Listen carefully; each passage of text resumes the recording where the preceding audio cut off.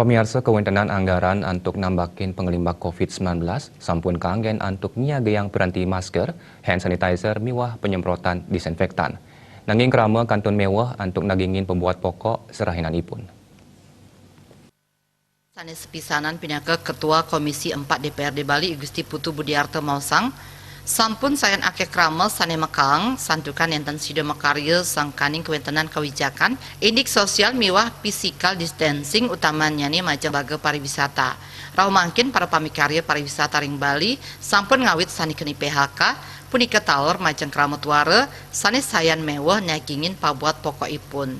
Praksi PDIP sampun ngusulang macam gubernur mangda ring kewentenan wantuan dana desa adat sida karelokasi antuk nagingin pabuat pangan.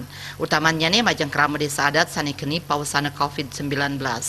Sekali kauningin dana desa adat sampun ketransfer ke rekening desa adat soang-soang sane akhirnya nih 300 juta rupiah. Saking kuentenan dana inucap 50 juta rupiah sida keanggen antuk nabdabin pausana COVID-19 rumasuk operasional Satgas Gotong Royong berbasis desa adat. Paiketannya ini taler mempengarse dana taler side keanggen 100 juta rupiah untuk nagingin pabuat pangan wiadin sembako.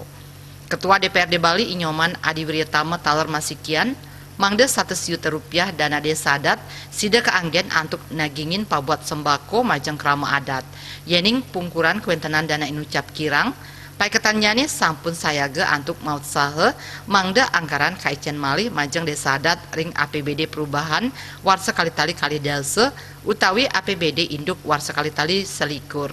Paiketannya ini taler stata nyokong pangupaya saking Gubernur Bali antuk nambakin panglimbak COVID-19 puniki. Kawahin makatah kali dase tali pamikarya migran saking Bali sane pacang budal mangde kedabdabin becik sane ngawinang Pemprov Bali janten sampun masti kayang benjang pukuran nenten nangiang pikobat majang keluargan ipun wiadin kramet yosan. Rindra Devita Bali Pos